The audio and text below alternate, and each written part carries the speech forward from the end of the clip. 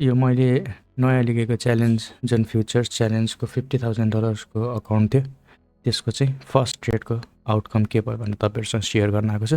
यो चाहिँ मेरो लुसिड ट्रेडिङको ड्यासबोर्ड हो, जहाँ चाहिँ तपाईँले हिजो मन्डे चाहिँ मैले एउटा ट्रेड लिएको थिएँ, त्यसमा चाहिँ लगभग 2% ग्रोथ पाएको यहाँ देख्न सक्नुहुन्छ।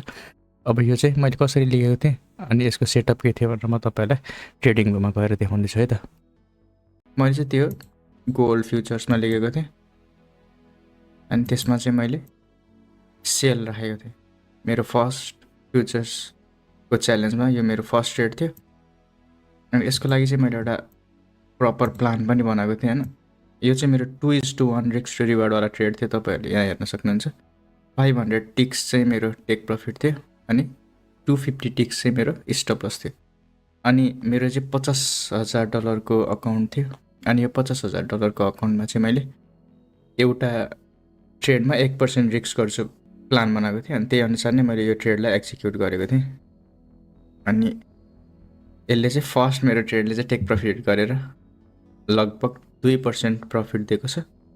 त्यो भनेको चाहिँ लगभग $1,000 चाहिँ म अप छु मेरो first trade in 50K futures है। तपाईँहरूलाई यसै गरी मेरो अरू ट्रेडहरूको पनि रिजल्ट के भयो भनेर हेर्न मन लाग्छ भने चाहिँ